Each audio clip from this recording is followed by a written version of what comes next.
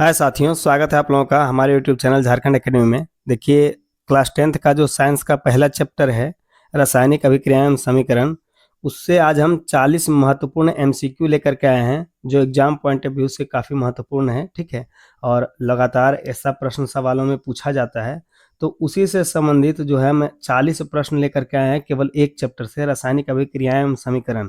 तो जितने भी ऐसे छात्र हैं जो जैक बोर्ड या एनसीईआरटी का एग्जाम, मतलब एनसीईआरटी के बुक पढ़ करके, ठीक है, जो एग्जाम देने वाले हैं, मतलब एनसीईआरटी जिनके सिलेबस में है या जेसीईआरटी जिनके सिलेबस में है, जो एग्जाम देने वाले हैं, तो उनके लिए ये जो वीडियो है काफ़ी महत्वपूर्ण है। ठीक है, और हम आपको जो है प्रत्येक क्वेश्चन जब पूछेंगे उसके बाद आंसर देखने से पहले 5 सेकंड का टाइमर चलेगा। तो वो समय होगा, अगर आप प्रैक्टिस करना चाहते हैं अपने घर में बैठ करके, तो आप पेन और पेपर ले करके बैठिए और आप जो है क्वेश्चन देखने के बाद ए बी सी डी जो भी आंसर है टिक लगाइए, और उसके बाद यहाँ पे जब आंसर बताया जाएगा तो उससे मिलान करिए और देखिए कितना आपका आंसर सही होता है। और आप कमेंट बॉक्स में जरूर कमेंट करके बताइएगा कि कितना आंसर आपका सही हो रहा है। ठीक है, और अगर आप पेन और पेपर लेकर के नहीं बैठे हैं, ठीक है, तो आप कमेंट बॉक्स में भी जब क्वेश्चन पढ़ करके आंसर यहाँ पे शो होगा उससे पहले जो है आप ए बी सी डी टिक लगा सकते हैं इस तरह से। ठीक है, तो चलिए शुरू करते हैं। पहला क्वेश्चन जो है यहाँ पे आप लोग देख सकते हैं, लगातार पूछा जाने वाला क्वेश्चन है। इस तरह का क्वेश्चन आप लोगों को कोई टेस्ट दिए होंगे तो वहाँ पे भी मिला होगा कि मैग्नीशियम रिबन को वायु में जलाने से पहले रेगमाल से क्यों रगड़ा जाता है। ठीक है, ऑप्शन ए में है चमकदार बनाने के लिए, बी में है मैग्नीशियम ऑक्साइड की परत हटाने के लिए, सी में है इसे नरम करने के लिए, डी में है नमी दूर करने के लिए। ठीक है, तो इसका सही आंसर क्या हो जाएगा? देखिए, इसका सही आंसर है मैग्नीशियम ऑक्साइड की परत हटाने के लिए। ठीक है, देखिए इस पीपीटी में अभी टाइमर नहीं सेट हो पाया है, तो इसीलिए हम आपको 5 सेकंड का मैनुअली टाइम दे देंगे, अगले पीपीटी से उसमें टाइमर चलेगा। ठीक है, तो यहाँ पे क्या दिया हुआ है कि मैग्नीशियम ऑक्साइड की परत को हटाने के लिए, आप लोग को पता होगा कि जो मैग्नीशियम है, मैग्नीशियम रिबन अति क्रियाशील जो है धातु है। ठीक है, तो ऑक्सीजन से अभिक्रिया करके उसके ऊपर एक मैग्नीशियम ऑक्साइड का परत जम जाता है, जिसके कारण क्या होता है, ठीक से जलता नहीं है, तो उसको मैग्नीशियम ऑक्साइड का जो है परत हटाते हैं ताकि आसानी से ठीक से जले। ठीक है, नेक्स्ट प्रश्न की ओर चलते हैं। देखिए अगला प्रश्न है कि रासायनिक अभिक्रिया के होने या निर्धारण करने के लिए इनमें से कौन सा परीक्षण सही है। ठीक है, तो ए में है अवस्था में परिवर्तन, बी में है रंग एवं गैस का निकलना, सी में है तापमान में परिवर्तन, डी में है उपर्युक्त सभी। ठीक है, तो इसका सही आंसर क्या हो जाएगा? देखिए आप लोग को 5 सेकंड का टाइम देते हैं, आप लोग जो है जल्दी जल्दी टिक लगा लीजिए। ठीक है, तो देखिए इसका सही आंसर बताते हैं हम आपको। इसका सही आंसर हो जाएगा उपर्युक्त सभी। ठीक है, जब आप पढ़े होंगे चैप्टर रासायनिक अभिक्रिया एवं समीकरण, तो उसमें बताया गया होगा कि रासायनिक अभिक्रिया हम कैसे जानेंगे कि हुआ है। तो अवस्था में परिवर्तन होता है, रंग में भी परिवर्तन हो सकता है, या गैस का निकलना भी हो सकता है। ठीक है, तापमान में भी परिवर्तन हो सकता है जब रिएक्शन होता है। ठीक है, तो इनमें से सभी हो जाएगा। नेक्स्ट प्रश्न देखिए, मैग्नीशियम रिबन के दहन से किस रंग का श्वेत चूर्ण प्राप्त होता है। ठीक है, दहन से किस रंग का श्वेत चूर्ण प्राप्त होता है। देखिए यहाँ पे क्वेश्चन जो है थोड़ा सा मिस्टेक कर दिया है, यहाँ पे आंसर भी इसमें दे दिया है। तो आप लोग देखिए, ए में है काला चूर्ण, बी में है मैग्नीशियम ऑक्साइड का श्वेत चूर्ण, सी में है हरा चूर्ण और डी में है पीला चूर्ण। तो यहाँ पे किस रंग का दिया हुआ है, यहाँ पे बी वाला जो ऑप्शन है आंसर ऑलरेडी दे चुका है, मैग्नीशियम ऑक्साइड का श्वेत रंग का हरा चूर्ण। ठीक है, सॉरी श्वेत रंग का चूर्ण प्राप्त होता है, तो इसका आंसर बता दिया है। ठीक है, मिस्टेक है। चलिए नेक्स्ट प्रश्न में चलते हैं कि दानेदार जस्ते पर तनु सल्फ्यूरिक अम्ल की अभिक्रिया से कौन सी गैस निकलती है। ठीक है, जब दानेदार जस्ते के ऊपर तनु सल्फ्यूरिक अम्ल अगर डाला जाता है तो अभिक्रिया करके कौन सा गैस निकलता है। ए में ऑक्सीजन, बी में है हाइड्रोजन, सी में है नाइट्रोजन और डी में है कार्बन डाइऑक्साइड। तो इसका सही आंसर क्या हो जाएगा? आप लोग टिक लगाइए। ठीक है, इसका सही आंसर यहाँ पे देखिए हो जाएगा हाइड्रोजन। ठीक है, कौन सा गैस निकलता है? हाइड्रोजन। चलिए 5वां प्रश्न की ओर चलते हैं। लेड नाइट्रेट के घोल में पोटेशियम आयोडाइड का घोल मिलाने से किस रंग का अवक्षेपण बनता है। ठीक है, यानी कि लेड नाइट्रेट के घोल में अगर हम पोटेशियम आयोडाइड का जो है आयोडाइड का अगर घोल हम मिलाते हैं तो उसका जो अवक्षेप निकलेगा किस रंग का निकलेगा। ठीक है, तो ए में है श्वेत, बी में है हरा, सी में है पीला और डी में है लाल। तो इसका सही आंसर क्या हो जाएगा? देखिए यहाँ पीला। ठीक है, किस रंग का निकलेगा? पीला। नेक्स्ट प्रश्न की ओर चलते हैं। देखिए यहाँ पे रासायनिक समीकरण में अभिकारकों को किस ओर लिखा जाता है? ठीक है, रासायनिक समीकरण जो होता है तो दो तरफ होता है, एक एरो से पहले की ओर, एक एरो से बाद की ओर। तो कह रहा है कि रासायनिक समीकरण में अभिकारकों को किस ओर लिखा जाता है? ठीक है, दो तरह का वहां उत्पाद होता है, एक अभिकारक होता है, सॉरी दो तरह का पदार्थ होता है, एक अभिकारक होता है, एक उत्पाद होता है। तो अभिकारक को किस तरफ लिखा जाता है? बाईं ओर, दाईं ओर, ऊपर की ओर या नीचे की ओर? तो इसका सही आंसर क्या हो जाएगा? देखिए बाईं ओर लिखा जाता है, ठीक है, एरो से पहले। ठीक है, नेक्स्ट प्रश्न की ओर चलते हैं। देखिए यहाँ पे दिया हुआ है रासायनिक समीकरण में उत्पादों को और उत्पाद को किस ओर दर्शाया जाता है? ठीक है, अभी पूछा अभिकारक को, नेक्स्ट में पूछ रहा है उत्पाद को। अभी हम बताए दो चीज होता है, एक अभिकारक एक उत्पाद। तो इसमें ए में है ऑप्शन में बाईं ओर, बी में है दाईं ओर, सी में है बीच में और डी में है कहीं भी नहीं। तो इसका सही आंसर क्या हो जाएगा? दाईं ओर, एरो के बाद। ठीक है, देखिए अभिकारक को जो है एरो से पहले दर्शाया जाता है बाईं ओर, और उत्पाद को जो है एरो के बाद दर्शाया जाता है, ठीक है, दाईं ओर। ठीक है, नेक्स्ट प्रश्न में चलते हैं। देखिए कंकाली रासायनिक समीकरण किसे कहा जाता है? ठीक है, यानी कि कंकाली जो रासायनिक समीकरण जो है उसको कंकाली समीकरण किसको जाता है? संतुलित समीकरण, असंतुलित समीकरण, शब्द समीकरण या आयनिक समीकरण? तो इसका सही आंसर क्या हो जाएगा? देखिए असंतुलित समीकरण जो होता है ना उसी को कहा जाता है कंकाली। ठीक है, तो नेक्स्ट प्रश्न की ओर चलिए। ठीक है, द्रव्यमान संरक्षण के नियम के अनुसार रासायनिक अभिक्रिया में द्रव्यमान का निर्माण होता है, द्रव्यमान का विनाश होता है, द्रव्यमान का न तो निर्माण न ही विनाश होता है, और द्रव्यमान आधा हो जाता है। तो सही आंसर क्या हो जाएगा? देखिए अगर आप लोग ठीक से पढ़े होंगे संतुलित करने के समय में, तो वहां पे बताया गया है कि द्रव्यमान संरक्षण का नियम ये कहता है कि न ही किसी द्रव्यमान का हम उत्पादन कर सकते हैं यानी निर्माण कर सकते हैं, ना ही किसी द्रव्यमान का हम नाश कर सकते हैं, विनाश कर सकते हैं, ठीक है, क्षय कर सकते हैं। ना ही कोई द्रव्यमान बनता है, ना ही कोई द्रव्यमान खत्म होता है, केवल क्या होता है उसके अवस्था में परिवर्तन, उसके जगह में परिवर्तन हो जाएगा। तो ये द्रव्यमान संरक्षण का नियम, ये देखिए सी वाला ऑप्शन सही हो जाएगा। नेक्स्ट प्रश्न की ओर देखिए, यहाँ पे नेक्स्ट प्रश्न है रासायनिक समीकरण को संतुलित करने की सबसे छोटी पूर्णांक गुणांक विधि को क्या कहते हैं? ठीक है, सबसे छोटी पूर्णांक गुणांक विधि, तो ए में है बैलेंसिंग विधि, बी में है हीट एंड ट्रायल विधि, सी में है आयरन इलेक्ट्रॉन विधि और डी में है रेडॉक्स विधि। तो इसका सही आंसर क्या हो जाएगा? हीट एंड ट्रायल विधि। ठीक है, नेक्स्ट प्रश्न देखिए आज के स्लाइड का, ये 11 नंबर का प्रश्न है। भौतिक अवस्था जलीय विलयन को किस संक्षेप से दर्शाया जाता है? ठीक है, जलीय विलयन को पूछ रहा है। ठीक है, तो जलीय विलयन को यहाँ पे ए में दिया हुआ है एस यानी कि सॉलिड, बी में दिया हुआ है एल यानी कि लिक्विड, सी में दिया हुआ है जी यानी कि गैस, ठीक है, और डी में दिया हुआ है एक्यू यानी कि एक्वा। तो किस में दर्शाया जाता है? देखिए इसको एक्यू में दर्शाया जाता है। एक्वा मतलब होता है किसी भी चीज को पानी के साथ अगर हम घोल बनाते हैं, ठीक है, उसी को कहा जाता है जलीय विलयन, और उसको इंग्लिश में एक्वा कहा जाता है। ठीक है, तो एक्यू से दर्शाते हैं। नेक्स्ट प्रश्न की ओर चलते हैं। ठीक है, बिना बुझा हुआ चूना यानी कि कैल्शियम ऑक्साइड का रासायनिक सूत्र क्या है? तो ए में है CaO, बी में है CaOH2, ठीक है, और सी में है CaCO3 और डी में है CaCl2। तो इसका सही आंसर क्या हो जाएगा?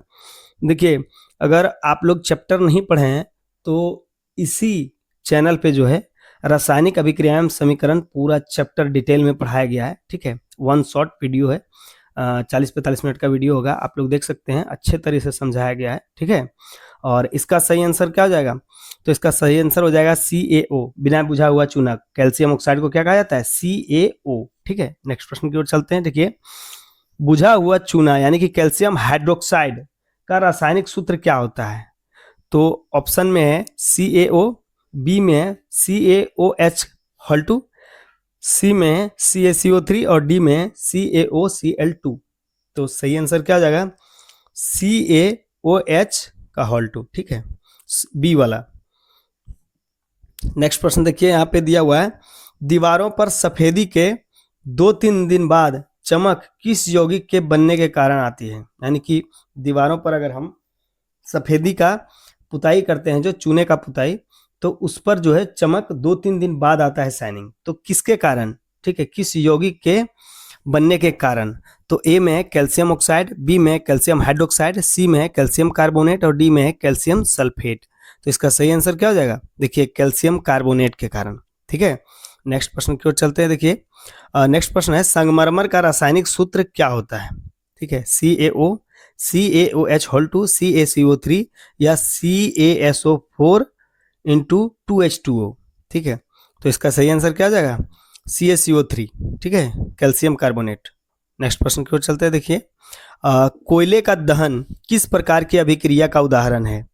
संयोजन अभिक्रिया, वियोजन अभिक्रिया, विस्थापन अभिक्रिया या द्विस्थापन अभिक्रिया? ठीक है, तो आप लोग अगर संयोजन अभिक्रिया किसको कहा जाता है, वियोजन अभिक्रिया किसको कहा जाता है, विस्थापन अभिक्रिया किसको जाता है, द्विस्थापन अभिक्रिया किसको कहा जाता है, अगर नहीं पता है तो जब आप चैप्टर देखेंगे जो हम इसी चैनल पे अपलोड किए हैं, ठीक है, रासायनिक अभिक्रिया एवं समीकरण, तो उस चैप्टर में जो है डिटेल इसके बारे में बताया गया है, वहां पे आप लोग देख सकते हैं। ठीक है, इसका फिलहाल सही आंसर क्या हो जाएगा? संयोजन अभिक्रिया। ठीक है, नेक्स्ट प्रश्न की ओर चलते हैं। देखिए नेक्स्ट प्रश्न है जिन अभिक्रियाओं में उत्पाद के निर्माण के साथ ऊष्मा भी उत्पन्न होती है उसे क्या कहते हैं? ठीक है, तो ए में उष्मा शोषी अभिक्रिया, बी में उष्मा क्षेपी अभिक्रिया, सी में अपघटन अभिक्रिया और डी में उदासीनतीकरण अभिक्रिया। तो इसका सही आंसर क्या हो जाएगा? जिसमें उष्मा का निर्माण होता है उसे उष्मा शोषी नहीं, उष्मा क्षेपी अभिक्रिया कहा जाता है। क्या हो जाएगा? उष्मा क्षेपी। उष्मा क्षेपी मतलब उष्मा का निर्माण करने वाला, जिस रिएक्शन में उत्पाद के साथ साथ उष्मा भी बने तो उसको उष्मा क्षेपी कहा जाता है। और जिस रिएक्शन को कराने के लिए, ठीक है, जिस रिएक्शन को कराने के लिए उष्मा देना पड़े तो उसको क्या कहा जाता है? उष्मा शोषी, यानी कि उष्मा का शोषण करने के बाद ही वो रिएक्शन कंप्लीट होगा। ठीक है, नेक्स्ट प्रश्न की ओर चलते हैं। देखिए अगला प्रश्न है श्वसन किस प्रकार की रासायनिक अभिक्रिया है? ठीक है, उष्मा शोषी अभिक्रिया, उष्मा क्षेपी अभिक्रिया, वियोजन अभिक्रिया या लास्ट में है अवक्षेपण अभिक्रिया। तो सही आंसर क्या हो जाएगा इसका? आप लोग खुद ही अंदाजा लगा सकते हैं। इसका सही आंसर हो जाएगा उष्मा क्षेपी। देखिए जब हम लोग सांस छोड़ते हैं तो गर्म सांस निकलता है, तो क्या हो रहा है? रिएक्शन के साथ साथ उष्मा का भी निर्माण हो रहा है जो हमारे नाक से या हमारे सांस के साथ निकल रहा है। ठीक है, तो इसको क्या कहा जाएगा?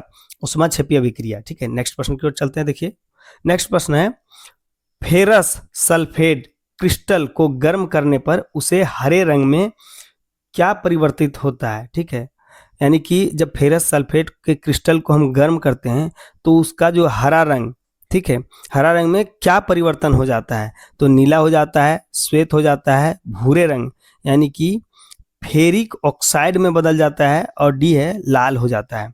तो इसका सही आंसर क्या हो जाएगा? इसका सही आंसर हो जाएगा कि भूरे रंग में यानी कि फेरिक ऑक्साइड में बदल जाता है। ठीक है, नेक्स्ट प्रश्न देखिए। नेक्स्ट प्रश्न है लेड नाइट्रेट को गर्म करने पर भूरे रंग का धुआं किस गैस का उत्सर्जन होता है? यानी कि जो भूरा रंग का धुआं उत्सर्जित होता है वो कौन सा गैस होता है?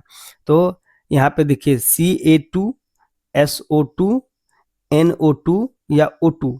तो इसका सही आंसर क्या हो जाएगा? यहाँ पे इसका सही आंसर हो जाएगा NO2 यानी कि नाइट्रोजन हाइड्रोक्साइड। ठीक है, नेक्स्ट प्रश्न की ओर चलते हैं। ठीक है, सूर्य के प्रकाश में श्वेत रंग का सिल्वर क्लोराइड किस रंग का होता है? ठीक है, देखिए यहाँ पे दिया हुआ है सूर्य के प्रकाश में श्वेत रंग का सिल्वर क्लोराइड किस रंग का हो जाता है? यानी कि सूर्य के प्रकाश में अगर हम सिल्वर क्लोराइड को रखते हैं जो कि पहले से श्वेत रंग का है, लेकिन उसको धूप में रखने के कारण, सूर्य के प्रकाश में रखने के कारण उसका रंग बदलकर कैसा हो जाता है? तो ए में है पीला, बी में है धूसर, सी में है हरा और डी में है नीला। सही आंसर क्या हो जाएगा? सही आंसर हो जाएगा धूसर।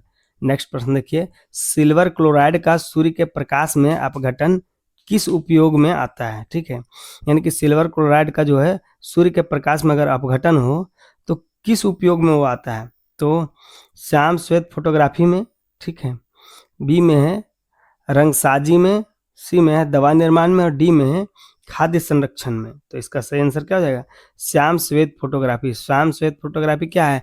जो हम लोग नेगेटिव से साफ करके ब्लैक एंड व्हाइट फोटो निकालते थे तो उसको बनाने में इसका उपयोग किया जाता था, सिल्वर क्लोराइड को। ठीक है, नेक्स्ट प्रश्न की ओर चलते हैं। देखिए आज के स्लाइड का 23 नंबर का प्रश्न है जल के वैद्युत अपघटन के दौरान कैथोड पर कौन सी गैस एकत्रित होती है? ए में है ऑक्सीजन, ठीक है, बी में हाइड्रोजन, सी में नाइट्रोजन, डी में क्लोरीन। तो इसका सही आंसर हो जाएगा हाइड्रोजन। ठीक है, देखिए बैटरी के रिएक्शन में हाइड्रोजन गैस ही अधिकतर निकलता है। यहाँ पे पूछ रहा है कि कौन से में, कैथोड में। तो कैथोड के पास कौन सा गैस उत्पन्न होगा, हाइड्रोजन। ठीक है, नेक्स्ट प्रश्न देखिए यहाँ पे, जल के वैद्युत अपघटन में हाइड्रोजन और ऑक्सीजन गैस के आयतन का अनुपात क्या होता है। ठीक है, यानी कि जल का वैद्युत अपघटन जब होगा तो हाइड्रोजन और ऑक्सीजन के दोनों गैसों का जो आयतन का अनुपात है वो क्या होगा, 1:2, 2:1, 1:1 या 2:2। तो इसका सही आंसर क्या हो जाएगा, 2:1। ठीक है, नेक्स्ट प्रश्न की ओर चलते हैं। देखिए, जिन अभिक्रियाओं में ऊर्जा अवशोषित होती है उन्हें क्या कहा जाता है, ऊष्माक्षेपी अभिक्रिया, ऊष्माशोषी अभिक्रिया, संयोजन अभिक्रिया या विस्थापन अभिक्रिया। तो अभी आप लोग को बताएं, जो ऊष्मा देता हो, ठीक है, उत्पाद के साथ साथ ऊष्मा भी देता हो तो उसको कहा जाता है ऊष्माक्षेपी। ठीक है, और जो ऊष्मा लेता हो यानी कि रिएक्शन कराने के लिए ऊष्मा देने की जरूरत पड़ता हो तो उसको कहा जाता है ऊष्माशोषी। ठीक है, इसका सही आंसर क्या हो जाएगा, ऊष्माशोषी। नेक्स्ट प्रश्न देखिए, कॉपर सल्फेट के विलयन में लोहे की कील डुबोने पर विलयन का रंग किस रंग का हो जाता है, गहरा लाल, काला, हल्का हरा यानी कि फेरस ऑक्साइड के कारण, और डी में है पीला। तो इसका सही आंसर क्या हो जाएगा, जब हम कॉपर सल्फेट में कॉपर सल्फेट के विलयन यानी कि घोल में जब हम लोहा डुबाते हैं, ठीक है, लोहे का कोई कील डुबाते हैं तो वो हल्का हरा हो जाता है। क्यों हो जाता है, तो फेरस सल्फेट के कारण हो जाता है। ठीक है, नेक्स्ट प्रश्न देखिए, यहाँ पे दिया हुआ है कि FeS यानी कि जो रिएक्शन लिखा हुआ है कौन सी अभिक्रिया है। ठीक है, तो इसमें क्या हो रहा है, संयोजन अभिक्रिया है, वियोजन अभिक्रिया है, विस्थापन अभिक्रिया है या द्विस्थापन अभिक्रिया है। तो इसका सही आंसर क्या हो जाएगा, यहाँ पे देखिए इसका सही आंसर हो जाएगा विस्थापन अभिक्रिया। विस्थापित क्या हुआ है, तो देखिए यहाँ पे Fe आपको दिख रहा है अलग है, ठीक है, और वहाँ पे कॉपर सल्फेट अलग है, लेकिन यहाँ क्या हो जा रहा है, आयरन सल्फेट बन जा रहा है, FeSO4 क्या बन जा रहा है, आयरन सल्फेट, और कॉपर को क्या कर दे रहा है, अलग। तो यहाँ पे एक ही विस्थापन हुआ, एक वस्तु विस्थापित, एक पदार्थ जो है विस्थापित करके दूसरे पदार्थ को अलग कर दे रहा है, तो इसलिए यहाँ पे विस्थापन। अगर दोनों अदला बदली हो जाता तो द्विस्थापन होता। ठीक है, नेक्स्ट प्रश्न देखिए, जिंक और लेड कॉपर की तुलना में कैसे तत्व हैं, कम क्रियाशील, बी में है अधिक क्रियाशील, सी में है अक्रियाशील और डी में है समान क्रियाशील। तो इसका सही आंसर क्या हो जाएगा, देखिए अधिक क्रियाशील। ठीक है, जिंक और लेड जो है कॉपर की तुलना में अधिक क्रियाशील तत्व हैं। ठीक है, नेक्स्ट प्रश्न देखिए, सोडियम सल्फेट और बेरियम क्लोराइड की अभिक्रिया से बनने वाला श्वेत अवक्षेप क्या है। ठीक है, यानी कि सोडियम सल्फेट और बेरियम क्लोराइड का जब हम रिएक्शन कराते हैं तो अभिक्रिया के बाद जो श्वेत अवक्षेप प्राप्त होता है वो क्या है, बेरियम सल्फेट है, सोडियम क्लोराइड है, बेरियम क्लोराइड है या सोडियम सल्फाइड है। इसका सही आंसर क्या हो जाएगा, इसका सही आंसर हो जाएगा बेरियम सल्फेट है। ठीक है,